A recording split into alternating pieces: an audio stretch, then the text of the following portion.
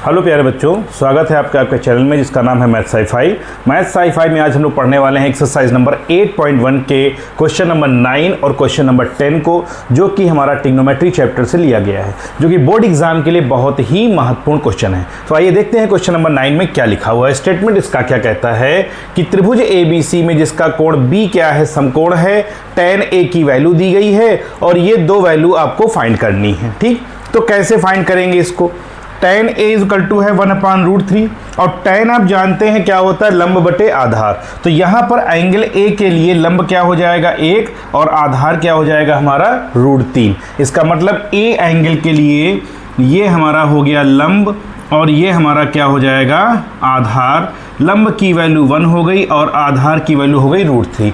अब हमें पता क्या नहीं है, कर्ण नहीं ज्ञात है, तो कर्ण ज्ञात करेंगे। कर्ण ज्ञात करने के लिए हम लोग क्या करते हैं, पाइथागोरस प्रमेय का यूज करते हैं। तो पाइथागोरस प्रमेय क्या कहती है कि कर्ण स्क्वायर बराबर लंब स्क्वायर प्लस आधार स्क्वायर। आप इसको शॉर्टकट से भी लगा सकते हैं। कैसे? कर्ण का स्क्वायर बराबर लंब स्क्वायर। अच्छा, 1 का स्क्वायर करोगे कितना आएगा, 1 का स्क्वायर करोगे 1 आएगा। √3 का जब स्क्वायर करोगे तो इसको ऐसे लिख दोगे ना। अब ये आपका हो जाएगा 1 प्लस √3 का स्क्वायर करोगे तो रूट हट जाएगा, 3 1 आ जाएगा आपका 4। ये आपका आएगा क्या, कर्ण स्क्वायर। ये क्या हो जाएगा आपका कर्ण का स्क्वायर। लेकिन हमको कर्ण स्क्वायर तो नहीं निकालना है, हमें क्या निकालना है, कर्ण। तो जब यहाँ से हम लोग कर्ण निकालेंगे तो रूट आ जाएगा। रूट किसके ऊपर आएगा, 4 के ऊपर। और 4 किसका होता है, 2 का वर्गमूल होता है। तो कर्ण हमारा कितना आ गया 2। कर्ण की माप कितनी आ गई 2। यानी आपको इस त्रिभुज में तीनों भुजाएं ज्ञात हो गई हैं। अब इसको लगाना बहुत ही आसान है। कैसे? हमको क्या क्या ज्ञात करना है, sign A cos C, cos A sign सी। यहाँ पर भी वही सेम वैल्यू है। तो पहले हम वैल्यू फाइंड कर लेते हैं। पहली वैल्यू हम फाइंड करेंगे साइन ए। साइन बराबर आप जानते हैं क्या होता है, लंब बटे कर्ण। तो एंगल ए की बात हो रही है, ये जरूर ध्यान रखिएगा। एंगल ए के सामने लंब हो गया 1 और कर्ण हमारा फिक्स है 2, तो इसकी वैल्यू हो गई 1/2। फिर आप निकाल लीजिए यहाँ से साइन सी निकाल लीजिए। सेम फार्मूला वही है, क्या, लंब बटे कर्ण। लेकिन प्रॉब्लम ये है कि साइन सी की बात हो रही है। अब सी के लिए क्या होगा, लंब ये हो जाएगा और कर्ण फिक्स रहेगा। तो लंब कितना हो जाएगा आपका √3 और कर्ण कितना हो जाएगा आपका 2।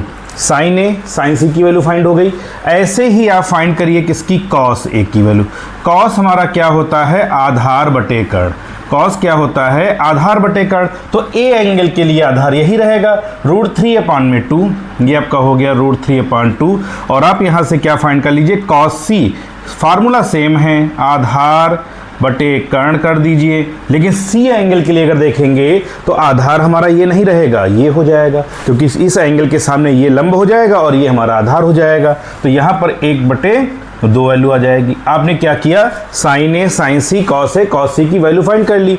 अब एक एक को सॉल्व करते हैं। सबसे पहला क्या था, sign A cos C plus cos A और क्या था, साइन सी। अब इन चारों की वैल्यू को हम यहाँ से पुटअप करेंगे, इसका कैलकुलेशन कर लेंगे। साइन ए की वैल्यू 1/2 कर दीजिए।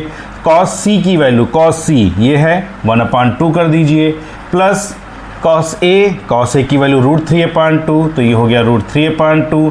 साइन सी की वैल्यू √3/2, तो √3/2 कर दीजिए। 1 का 1 में मल्टीप्लाई करेंगे 1, 2 2 = 4 हो जाएगा। √3 का √3 में करेंगे 3 आ जाएगा, 2 का 2 में करेंगे 4 हो जाएगा। एलसीएम इसका हो गया 4। ये हो गया 1 + 3 = 4/4। सॉल्व करने पर वैल्यू क्या आ गई, 1। ये हमारा फर्स्ट पार्ट इस तरह से सॉल्व हो जाएगा। अब सेकेंड पार्ट में देखते हैं क्या दिया गया है। सेकेंड पार्ट यहाँ से लगा लेते हैं। सेकेंड पार्ट में दिया गया है आपका cos A cos C minus sign A sign C. Same process, value put up करना है, ठीक है ना। तो कॉस ए की वैल्यू क्या है, √3/2, तो ये आपका हो गया √3/2। कॉस सी की वैल्यू 1/2, तो 1/2 कर दीजिए। माइनस साइन ए की वैल्यू 1/2, तो आप 1/2 कर दीजिए। और साइन सी की वैल्यू √3/2, तो आप इसको √3/2 कर दीजिए। क्लियर? अब क्या करना है, √3 का 1 में मल्टीप्लाई करेंगे √3, 2 2 = 4 माइनस √3 का 1 में किया √3, 2 2 = 4। ये वैल्यू प्लस की और ये वैल्यू हो गई माइनस की। तो ये प्लस और माइनस दोनों कैंसिल आउट हो जाएंगे। आंसर क्या आ जाएगा हमारा 0। तो ये था हमारा क्वेश्चन नंबर 9। आप इसको नोट डाउन करें। जल्दी से आपको बताते हैं क्वेश्चन नंबर 10। क्वेश्चन नंबर 10 लगभग वैसा ही क्वेश्चन है, थोड़ा सा मामला यहाँ पर डिस्टर्बेंस किया गया है, लेकिन है वैसे ही। करना क्या है, आपको त्रिभुज पी क्यू आर दिया गया है, P Q R angle Q 90 degree हो गया। जो भी पूछा गया है एंगल पी के लिए ही पूछा गया है, थोड़ा सा इजी भी है ये टॉपिक। पी क्यू हमारा 5 सेंटीमीटर है, P R plus Q R आपको 25 सेंटीमीटर दिया गया है। Sine P, cos P, tan P का मान पूछा गया है। तो करना क्या है, हमको इन दोनों से इसकी वैल्यू फाइंड करनी है। आपको ये दिया गया है P R plus Q R is equal to हो गया आपका 25 सेंटीमीटर। आप यहाँ से किसी की भी एक की वैल्यू निकाल लीजिए। अगर हम पी आर को इस साइड में रखेंगे तो ये आपका हो जाएगा 25 माइनस क्यू आर हो जाएगा, ये ध्यान रखेंगे और यहाँ पर सेंटीमीटर लिख दीजिएगा। त्रिभुज पी क्यू आर यहाँ लिखेंगे, त्रिभुज पी क्यू आर में प्रमेय आप जानते हैं हम लोग कौन सी लगाएंगे, पाइथागोरस प्रमेय। ठीक, इसमें पाइथागोरस प्रमेय को हम लोग क्या करेंगे, अप्लाई करेंगे। तो पाइथागोरस प्रमेय आपकी होती है कर्ण स्क्वायर बराबर आपका होता है लंब स्क्वायर प्लस आपका हो जाता है आधार स्क्वायर। क्लियर, ये आपका हो जाएगा आधार एंगल पी के लिए, और ये आपका हो जाएगा लंब, और ये आपका हो जाएगा कर्ण। तो यहाँ पर देखें तो कर्ण हमारा क्या दिया गया, पी आर, तो ये हो गया पी आर का स्क्वायर। लंब आपको दिया गया है क्यू आर, तो क्यू आर का स्क्वायर। आधार आपको दे रखी है वैल्यू 5, तो 5 का स्क्वायर कर दीजिए। क्लियर, अब यहाँ से क्या करना, पी आर की वैल्यू रखो। ये लिखा गया है 25 माइनस क्यू आर का होल स्क्वायर, ये आपका हो जाएगा क्यू आर का स्क्वायर, 5 का स्क्वायर हो गया 25। इसको सॉल्व करेंगे ए माइनस बी का होल स्क्वायर, 25 का स्क्वायर करेंगे 625 प्लस आपका आ जाएगा Q R square minus 2ab, 2 का 25 में करेंगे 50 क्यू आर हो जाएगा is equal to Q R square plus 25। Q R square से Q R square cancel out, ये हो गया 625 आपका। तो 625 को उस साइड ले जाइए तो ये हो जाएगा माइनस का 50 Q R is equal to 25 minus 625। 625 से 25 को माइनस करेंगे तो minus 600, minus minus cancel out हो जाएगा, 0 0 कैंसिल हो गया, 5 से करेंगे 12, यानी क्यू आर की वैल्यू आ गई 12 सेंटीमीटर। क्यू आर कितना आ गया आपका 12, ध्यान दीजिएगा क्यू आर आ गया 12 सेंटीमीटर।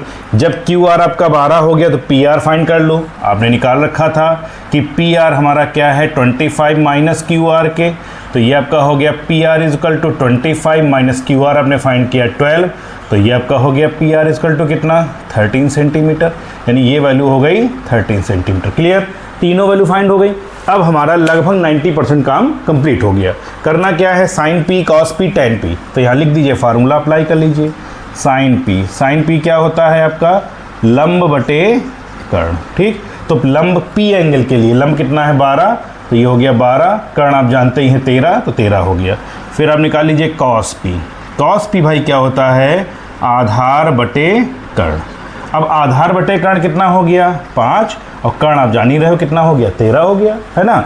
अब निकाल लीजिए क्या टेन पी क्या होता है आपका लंब बटे आधार, तो लंब कितना है आपको गिवन 12 और आधार कितना है 5। तो इस तरह से ये हमारे क्या हुए, तीनों आंसर फाइंड हो गए। तो ये था हमारा क्वेश्चन नंबर 9 और क्वेश्चन नंबर 10। तो एक छोटी सी रिक्वेस्ट, अगर आप इस चैनल पे नए हैं, पहली बार विजिट किए हैं, तो प्लीज़ चैनल को लाइक करें, शेयर करें और सब्सक्राइब करें। Thank you so much.